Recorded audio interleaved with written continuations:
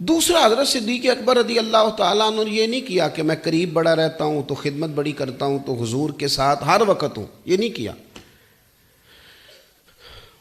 اصل مخلص بندہ وہ ہوتا ہے جو مشن کے ساتھ بھی مخلص ہو۔ ہم نے پتہ کیا ہے استادوں کے ساتھ، پیروں کے ساتھ، وقت پہ گئے، طبیعت کے مطابق نذرانہ دیا، اور اب تو خیر لوگ بڑے سیانے ہو گئے، 2-3 تعریفیں بھی کر آتے ہیں کہ چلو مسئلہ بیلنس میں رہے، پتہ چلے کہ میں عقیدت مند ہوں۔ لیکن یہ جو مشن ہوتا ہے نا، ساتھ چلنا، ان کی ڈیوٹیوں کو اپنی ڈیوٹی سمجھنا اور غور کرنا کہ وہ جو تعلیمات دے رہے ہیں، وہ جو لوگوں کو گلی گلی پیغام دے رہے ہیں، میرا اس پہ عمل ہے کہ نہیں۔ آپ کی تعلیمات کی روشنی میں آپ جو سبق پڑھاتے ہیں تو شاگرد اس سبق کی روشنی میں تیار ہوتا ہے۔ یہ تو میں استاد اور پیر کی بات کر رہا ہوں نا، ویسے کسی دوست کے ساتھ ٹائم گزارے نا، اس کے ساتھ آپ دوست ہو تو جو باتیں اس کی زبان پہ ہوتی ہیں وہ خود بخود آپ کی زبان پہ جاری ہو جاتی ہیں، کیونکہ صحبت کا رنگ ہوتا ہے۔ انسان کہے میری فلاں جگہ صحبت ہے جی، وہ بڑے اونچے استادوں کا مرید ہوں، اونچے استادوں کا شاگرد ہوں، تو بھئی آپ کا اخلاق کس طرح کا ہے، اٹھنا بیٹھنا کس طرح کا۔ حضرت ابوبکر صدیق نے یہ نہیں کیا کہ وہ کہے میرا درجہ پہلا ہے، میری فضیلت زیادہ ہے، بلکہ انہوں نے نا ہر پھر بات پر عمل کرنے کی کوشش کی۔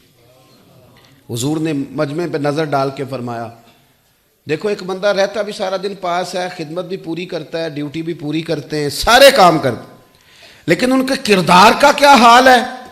اللہ کے رسول صلی اللہ علیہ وسلم نے فرمایا بھئی آج روزہ کس کس نے رکھا ہے۔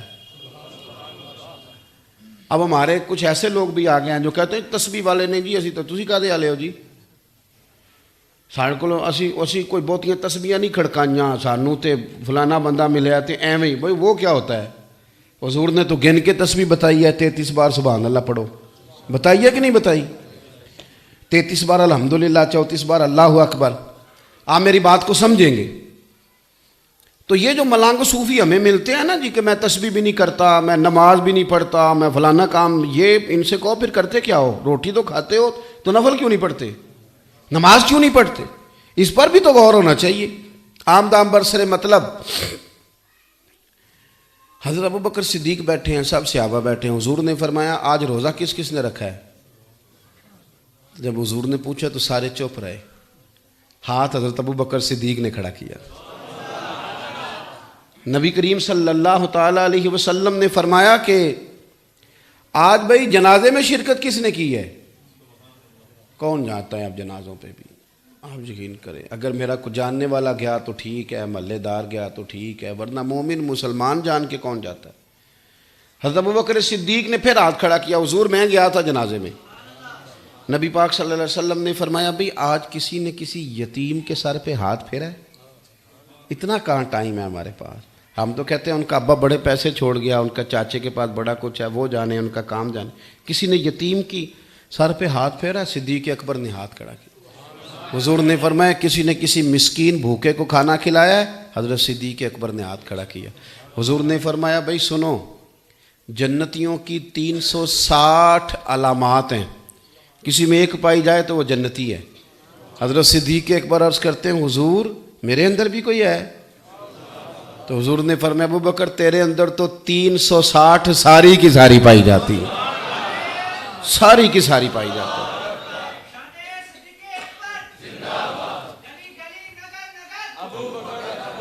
اپنی زندگی عمل والی زندگی بنائیں، فارغ جو بیٹھنا ہے، اور دن جو چھوٹے ہیں تو روزہ رکھا جائے، کیا حرج ہے؟ اگر موقع میسر آ گیا ہے، آپ گھر میں ہیں تو ضروری تو نہیں نا یہ کہہ کے جائے بھئی اپنا ہے، وہ دور بھی ہے تو چلے گئے چھٹی لے کے بھی جنازے میں۔ کوئی مسلمان قریبی چلا گیا صحیح العقیدہ، اس کے جنازے میں جایا جائے۔ آپ کو پتہ چل گیا کہ فلان جگہ میں پہنچ سکتا ہوں مسکین غریب کے لیے، تو جائیں۔ اس لیے حضور صلی اللہ علیہ وسلم نے فرمایا قیامت کے دن کچھ لوگوں کو آواز آئے گی ایک دروازے سے، کہا جائے گا روزہ دار آ جاؤ بھئی، یہ جنت کا وہ دروازہ ہے جہاں سے روزہ دار گزریں گے۔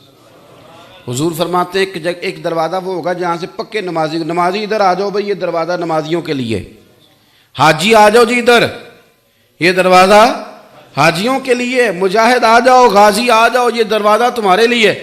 جو نیکی کرتا رہا دروازے سے آواز آئے گی، ہر بندے کے عمل کے مطابق دروازے سے آواز آئے گی. اور حضور فرماتے ہیں جب میرے ابو بکر آئیں گے تو ان کو ہر دروازے سے آواز آئے گی, ادھر آ جاؤ ادھر آ جاؤ. اور نیکیاں کس طرح کر کے کی؟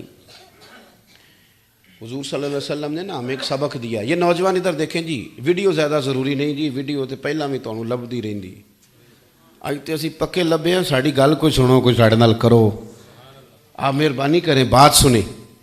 اور ماشاءاللہ جتنے لوگ آپ آئے ہوئے ہیں نا اتنی بڑی تعداد میں, تو اگر آپ آج اس پہلو کو تھوڑا تھوڑا, میں یہ نہیں کہتا کہ آپ کوئی انقلاب برپا کر دیں گے, ذرا غور تو کریں میں کیا کہہ رہا ہوں. یہ صحیح مسلم, اس کو تقریر نہ سمجھیں, یہ تھوڑا سا درس ہے, نصیحت ہے, اس پر آپ غور کریں. حضرت سیدنا امام مسلم نے مسلم شریف میں حدیث لکھی ہے, نبی پاک علیہ السلام نے فرمایا نیکی کو چھوٹا نہیں سمجھنا, نیکی کو چھوٹا نہیں سمجھنا.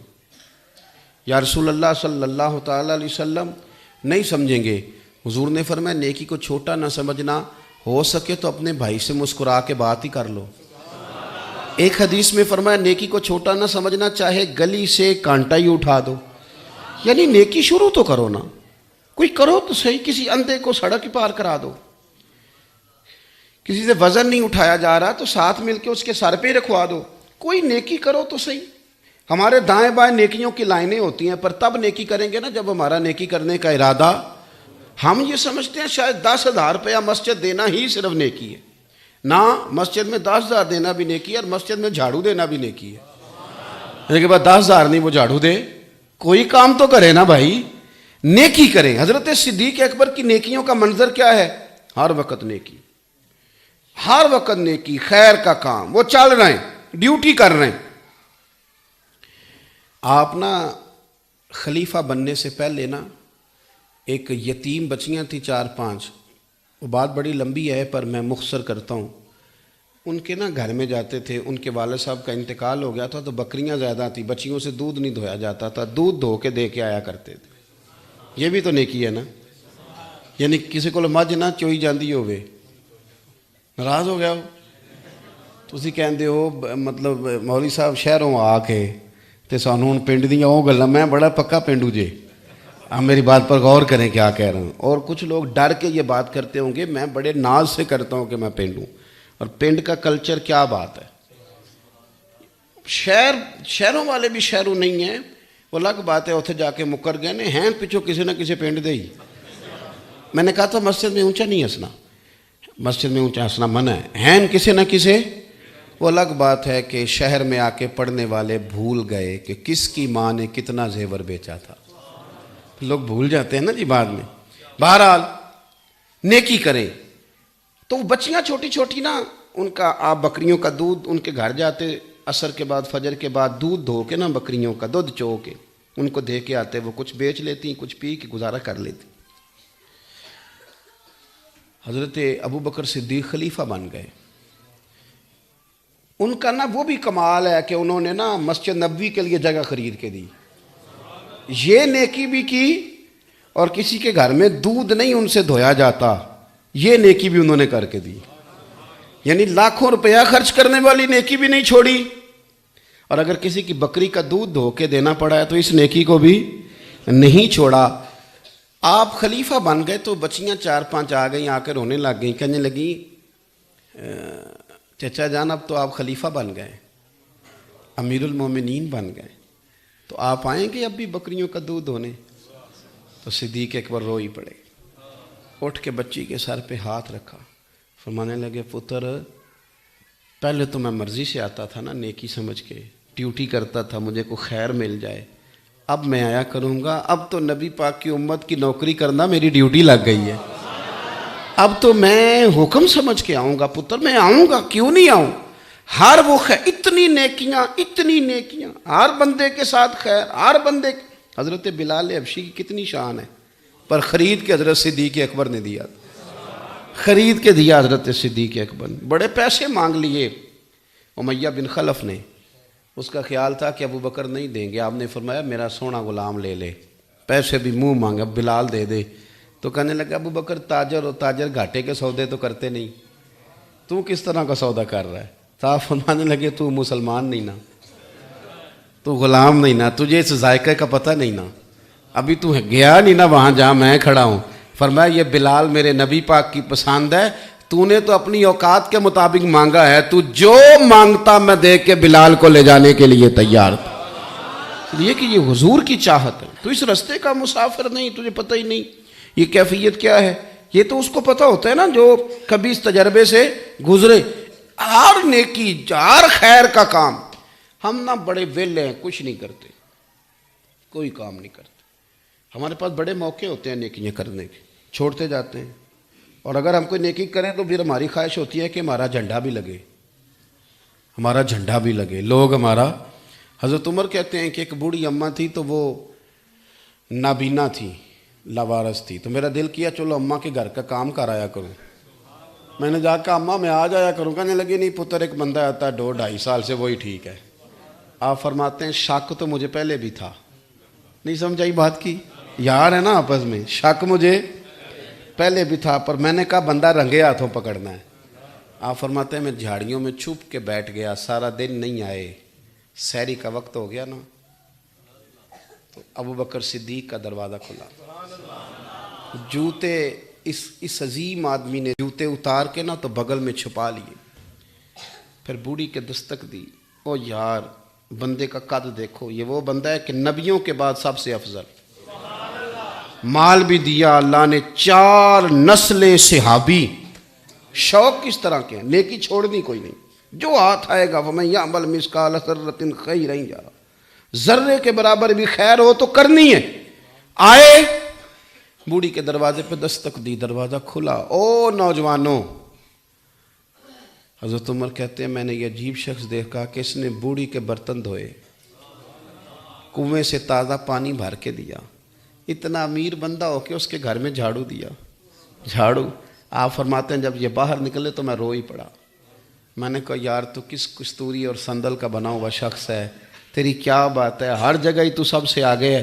اور سجن ساری باتیں سمجھ میں آئی ہیں, جوتے اتار کے بغل میں کیوں دیے؟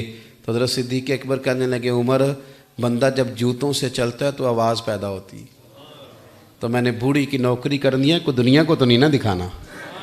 جوتوں سے چلوں گا تو آدھی رات ہے, آواز پیدا ہوگی کہ کچھ چل رہا. ننگے پاؤں اس لیے چلتا ہوں کہ اس سے آواز پیدا نہیں ہوتی. بات ختم کرنے کی طرف آ رہا ہوں, میری بات پہ غور کرنا. اتنی نیکیاں کر ڈالی, اتنی نیکیاں کی. میں نے کہا مسجد نبوی کی جگہ خریدنے سے لے کر اور چھوٹی بچیوں کے گھروں میں بکریوں کا دودھ دھونے تک, حضرت بلال حبشی کو خریدنے تک, ساری ڈیوٹیاں. تو نتیجہ کیا نکلا؟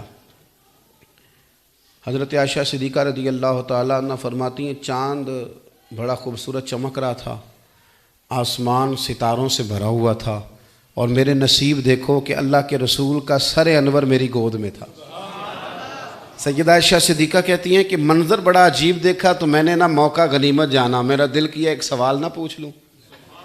آپ نے ناراض نہیں ہونا, ہم بھی سوال پوچھتے ہیں. اوہ عہدہ کی بنے ہیں, منفی باتیں پوچھتے ہیں, بات چھیڑتے ہیں تو کیا کرتے ہیں. مجھے تو مذہبی لوگوں سے بھی اختلاف ہے, بزرگوں کی بات علماء کی نہیں کرتا, مذہبی لوگ بھی جب بھی ڈسکس کریں گے نا غلطی, وہ فلانے مولوی نے فلانے دے بارے گل کی تھی, فلانے پیر نے رگڑا, وہ یہ آپ یہی نظر آ رہا ہے آپ کو. وہ جو سارے قرآن و حدیث بیان کر رہے ہیں تو اس پر بھی تو توجہ کریں نا. صرف منفی پراپوگنڈا ہی. پورے گاؤں کے اندر کوئی جھگڑا تو ایک جگہ ہوتا ہے نا, تو باقی سارا گاؤں تو آرام سے ہے نا. تو جو نماز پڑھنے جا رہے ہیں ان کی بھی بات کرو, جو قرآن شریف پڑھ رہے ہیں اس کی بھی بات کرو, جو بندہ سویرے فجر میں اذان دے رہا ہے اس کا بھی نام لو, کہ جو منفی بات ہوئی ہے اسی پر ہی سارا کچھ کرنا ہے. عزیز دوست آپ توجہ کریں گے, حضرت عائشہ صدیقہ رضی اللہ تعالیٰ عنہ نے نا کہتی ہیں کہ منظر بڑا میں نے انفرادی دیکھا تو میں نے کہا کہ میں سوال نہ پوچھ لوں. تو کہتی ہے میں نے عرض کی یا رسول اللہ صلی اللہ تعالی علیہ وسلم, حضور ایک بات پوچھنی تھی. سوال جو ہوتا ہے نا, سوال وہ بھی عکاسی کرتا ہے کہ بندہ سوچتا کیا ہے. سوالات بتاتے ہیں کہ بندے کا آج کل ذہن کدھر چل رہا ہے. سیدہ عائشہ صدیقہ نے سوال بڑا, ادھر دیکھنا میری طرف, پوچھتی ہیں یا رسول اللہ صلی اللہ علیہ وسلم یہ آسمان کے ستاروں کے برابر بھی کسی کی نیکیاں ہیں؟ کتنے ہیں آسمان پہ ستارے بتایا کسی سائنسدان نے کبھی؟ بولیے. اس کا مطلب ہے کہ حضرت عائشہ کا عقیدہ ہے کہ حضور کو پتہ ہے آسمان پہ ستارے کتنے ہیں, اور نیکیاں ساری ظاہری نہیں ہوتی، کچھ نیکیاں بندہ اندر چھپ کے بھی تو کرتا ہے نا۔ تو حضرت عائشہ کا عقیدہ ہے کہ نبی پاک کو اپنے ہر امتی کی نیکیوں کا بھی پتہ ہے۔ یہ دیکھ لیں، مشکات کی حدیث ہے، دونوں باتوں پہ غور کریں، سوال کی عظمت کو سمجھیں۔ کتنی بڑی بات، یا رسول اللہ صلی اللہ علیہ وسلم، کسی کی اتنی نیکیاں بھی ہیں جتنے آسمان کے ستارے، سوال کتنا بڑا ہے۔ شارحین حدیث کہتے ہیں اصل میں نا حضرت عائشہ صدیقہ آج حضرت صدیق اکبر کی کوئی بات سننا چاہ رہی تھی، ان کا خیال تھا کہ نام لیں گے حضور حضرت صدیق اکبر کا، تو نبی پاک صلی اللہ علیہ وسلم سے پوچھتی ہیں، کہتی ہیں حضور اتنی بھی نیکیاں کسی کی ہیں؟ تو حضور نے فرمایا ہے نا۔ اب میری بات کو سمجھیں، یہ جو حضور نے کہا نا ہیں، تو اس کا مطلب ہے حضور کے ستاروں کی گنتی بھی آتی ہے، اور نبی پاک کو یہ بھی پتہ ہے کہ کون سا امتی کون سی نیکی کرتا ہے اور کتنی کتنی ہے۔ حضور نے فرمایا ہے نیکیاں آسمان، یا رسول اللہ کس کی؟ فرمایا میرے عمر فاروق کی۔